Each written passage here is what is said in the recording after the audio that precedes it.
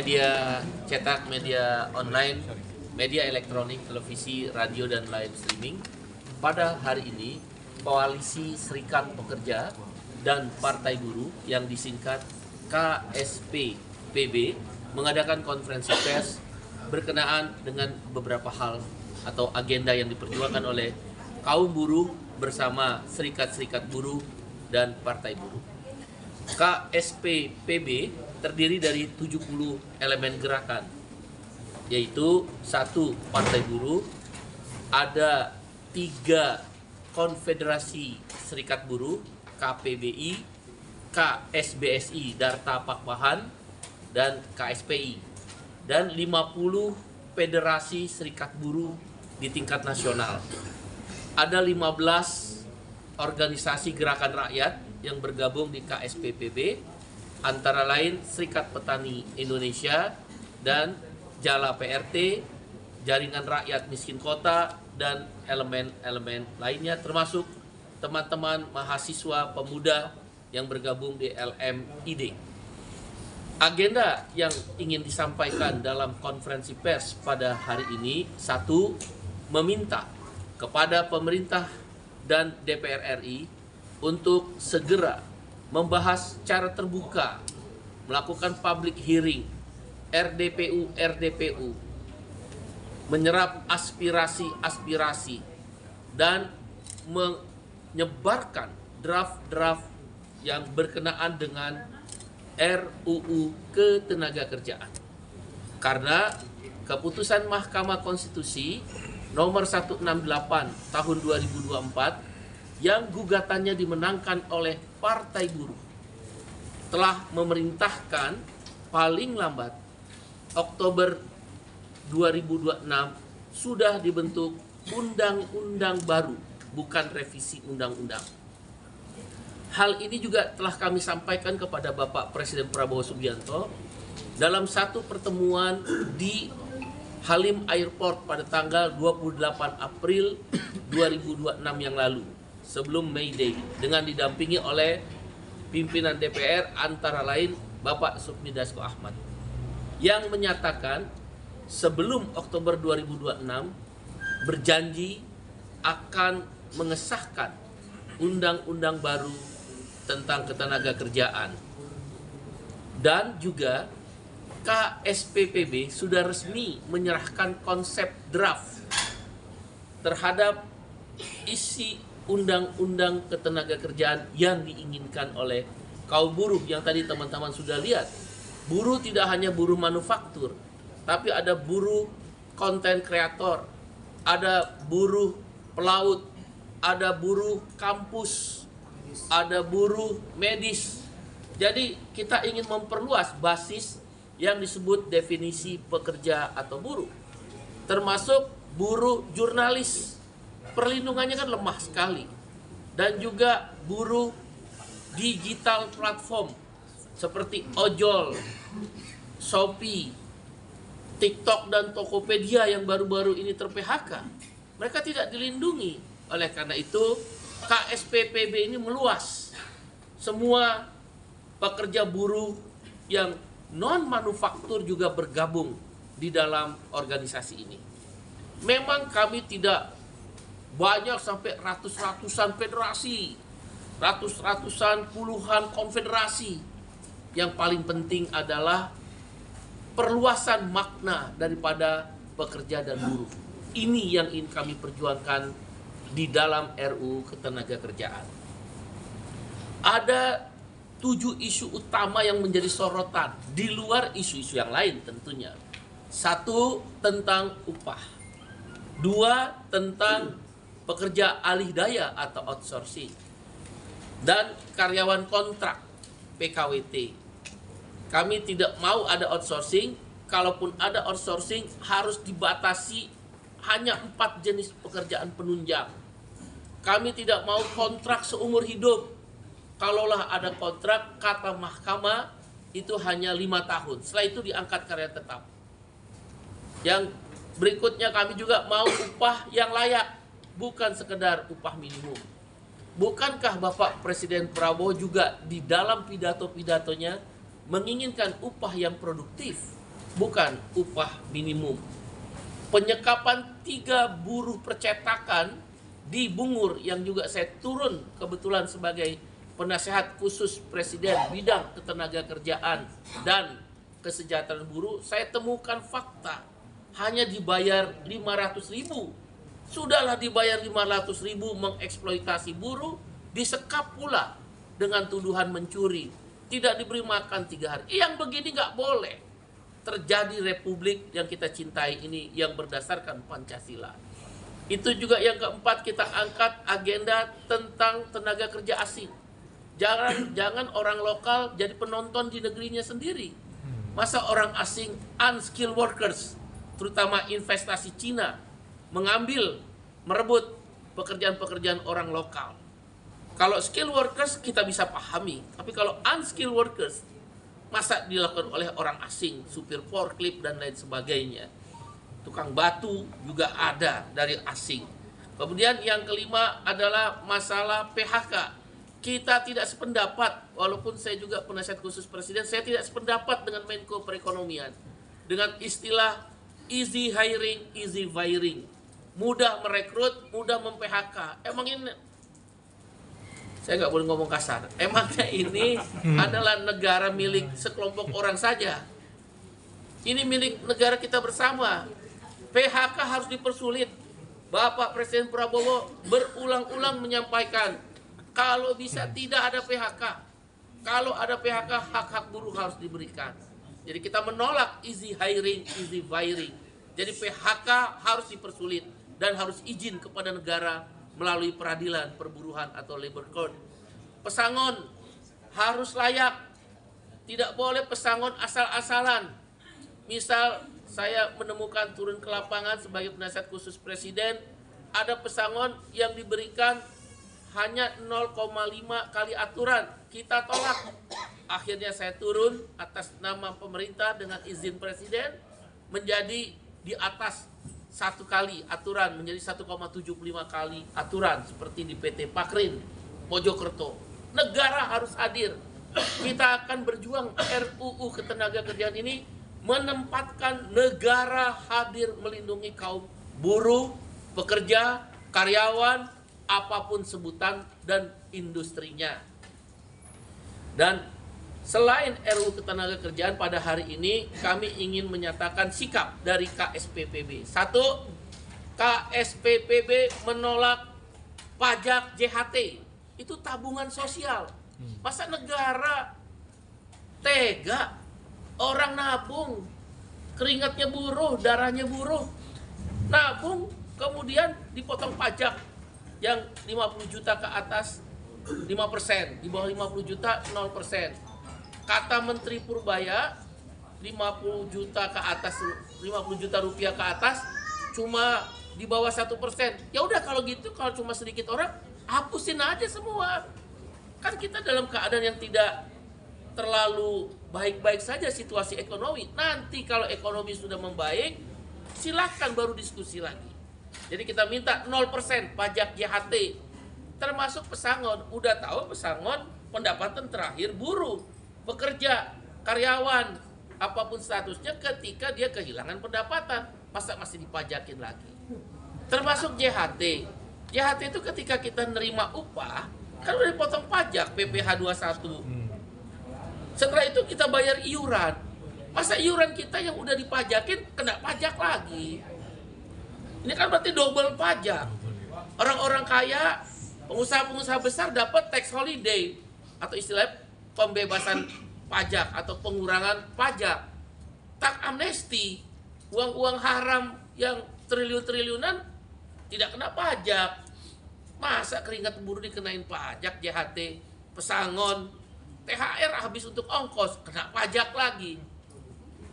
Saya maaf ya, melalui kawan-kawan media nih, udah 2 kali, 3 kali saya minta ketemu Menteri Purbaya sebagai penasihat khusus Presiden, tapi nggak direspon. Jadi secara, kan Pak Purbaya menyatakan, oh Iqbal nggak pernah kirim surat. Iya, saya dengan Pak Purbaya kan sejajar, karena saya minta ketemu sebagai penasihat khusus Presiden, bukan sebagai KSPI. Saya setingkat menteri, beliau menteri. Maka bukan seperti seseorang yang di luar pemerintahan, sama-sama pemerintahan kan. Kalau di luar pemerintahan bolehlah pakai surat audiensi, surat silaturahmi. Kalau perlu kita bikin yang mulia paduka purbaya, itu boleh. Ini kan sesama pemerintah. Maka kami, asisten saya menelpon ke asisten beliau. Jadi saya luruskan dulu, jangan dibilang saya nggak kirim. Saya sangat peduli karena Presiden Prabowo peduli kepada buruh. Karena Pak Prabowo itu sangat ingin rakyatnya khususnya buruh sejahtera. Maka kita telepon dan asistennya sudah terima. Alasannya suruh bikin surat. Oke lah, kita merendah sedikit nggak apa-apa lah demi orang kecil. Kita bikin surat. Jawabannya lagi di luar kota. Ini mah menghindar aja lah. Melalui kesempatan Pak Purdaya, kita kan sama-sama pemerintah. Udahlah, jangan menghindar begitu. Ya, kita ingin negeri ini maju. Kita ingin pajak sebagai tulang punggung, tapi tidak boleh membebani orang kecil ketika ekonomi mungkin belum begitu membaik. Pak Presiden Prabowo kan sedang mengejar pertumbuhan ekonomi 8%. Nanti kalau udah membaik, mari kita diskusikan lagi tentang pajak tersebut. Kalau orang kaya pajaknya aja dibebaskan, kenapa orang miskin atau orang tidak mampu tidak dibebaskan pajak? Kecil lagi nilainya. Nah, ini tentang keadilan. Dan jangan menghindar bilang keluar kota. Kita tahu kok Pak Purbaya ada di Jakarta. Kenapa yang bilang keluar kota? Kemudian sikap terhadap TikTok dan Tokopedia. KSPPB berpendapat TikTok harus tanggung jawab. Kalau saya nggak salah ya, kalau saya salah tolong dikoreksi. TikTok sudah mengakuisisi Tokopedia beberapa waktu yang lalu sebelum sekarang ini. Kalau nggak salah dia memberikan valuasi 1,5 miliar US dollar. 1,5 miliar US dollar. Saya aja nggak tahu nolnya berapa tuh 1,5 US dollar, miliar US dollar. Nah, kita mau lihat hubungan kerja antara Tokopedia yang mendapat valuasi suntikan 1,5 miliar US dollar dari TikTok, perusahaan raksasa dunia ini, kemana uangnya? Apakah karyawan yang di PHK 1.250 orang ini dapat nggak hak-haknya, upahnya, status hubungan kerjanya, pesangonnya, uang penghargaan masa kerjanya? KSPPB berpendapat TikTok harus membayar hak-hak karyawan daripada Tokopedia. Karena Tokopedia sudah diakuisisi oleh TikTok. Saya mendengar informasi, baru mendengar, bahwa Tokopedia justru dibalikan ke Cina. Karena kan dia punya jaringan digitalnya luar biasa. Oleh karena itu, pemerintah harus hadir. Kebetulan, sekarang ganti baju lagi saya. Penasihat khusus Presiden bidang ketenagakerjaan dan kesejahteraan buruh, besok saya mau ke TikTok. Saya nggak peduli diundang nggak diundang, saya datang. Besok saya mau datang. Kalau teman-teman media mau meliput, silakan kita datang di PT Beats Dance. Besok jam 10 pagi. Saya mau datang ke kantor manajemennya. Kalau nggak dibukain pintu, ya saya berdiri aja depan pintu TikTok. Pusing amat. Yang penting negara harus hadir. Kenapa TikTok mem-PHK karyawan Tokopedia setelah mengakuisisi dan memindahkan Tokopedia ke Cina? Dia punya marketplace-nya. Bisnis harus bisnis menguntungkan, ya, tapi jangan merugikan anak bangsa dong. Tokopedia kan sudah besar, dia punya jaringan marketplace-nya. Satu-satunya milik anak bangsa kita kan Tokopedia. Dan jangan orang yang udah kerja tahunan dibuang begitu saja. Jangan-jangan ini sedang memakan marketplace yang lain. Bagaimana perlindungan negara? Apalagi sekarang sudah ada, bulan Juni yang lalu sudah diresmikan konvensi ILO, International Labour Organization, atau ILO Convention nomor 193 tentang perlindungan pekerja digital platform. TikTok dan Tokopedia adalah pekerja digital platform. Sehingga kita bisa menggunakan, TikTok kan multinational company. Kita akan menggunakan pasal di dalam ILO Convention. Kalau enggak, kebetulan saya juga orang internasional. Di Serikat Buruh dan di ILO Governing Body saya pernah 3 periode. Saya akan menggunakan kekuatan saya untuk mengkampanyekan TikTok kalau sekali lagi jangan salah kutip, tidak membayar hak-hak buruhnya. Dan ini berlaku kepada semua perusahaan-perusahaan digital platform yang sekarang nggak bisa main-main lagi, yang beroperasi di satu negara harus ikut ILO Convention nomor 193, nomor 193. Itu sudah ada perlindungannya. Nah, makanya besok saya mau datang ke TikTok, Tokopedia di apa itu di Kuningan ya, pokoknya PT apa itu tadi, saya aja lupa, BT Dance di Millennium ya, Millennium Setiabudi. Silakan kawan-kawan meliput itu. Demikian KSPPB bersama buruh, bersama karyawan, bersama pekerja, dan kami yakin Bapak Presiden Prabowo Subianto, Presiden yang kita cintai, dan pimpinan DPR khususnya Pak Sukmi Dasko dan pimpinan DPR lain akan berpihak kepada usulan-usulan perjuangan dari buruh termasuk KSPPB. Tentu kita juga menghormati ada kawan-kawan buruh yang mendirikan koalisi besar perjuangan buruh Indonesia. Kita hormat. Jadi nanti ada KSPPB, ada koalisi besar, sama-sama berjuang bersama-sama. Demikian ya. Nah, kalau ada pertanyaan kenapa KSPI, KPBI, KSBSI Darta Papahan dan yang bergabung di KSPPB tidak bersama koalisi besar? Karena KSPPB sudah lebih dulu didirikan. Kita udah hampir setahun yang lalu. Dan tentu di koalisi besar kan tidak ingin ada partai buruh. Kalau KSPBB, karena memang kami yang menginisiasi partai buruh. Jadi tidak ada perbedaan prinsip, tapi ada perbedaan strategi saja. Terima kasih, demikian. Pak, cukup? Pak, terkait dengan kasus penyekapan Pak, dari mana? Dari Radio El Sinta. Ya. Terkait kasus penyekapan, tadi Bapak bilang sudah melaporkan ke Presiden Prabowo juga Pak. Itu tanggapan Presiden Prabowo itu seperti apa Pak? Dalam tugas saya sebagai penasihat khusus Presiden bidang ketenagakerjaan dan kesejahteraan buruh, terkadang saya tidak harus langsung ke Presiden, berkoordinasi dengan Pak Mensesnek, dan kalau pada pimpinan DPR saya berkoordinasi dengan Bang Dasko. Saya sudah laporkan. Nanti dalam kesempatan pertama saya juga akan laporkan ke Presiden. Kan Presiden sangat sibuk sekali, tapi beliau selalu memantau.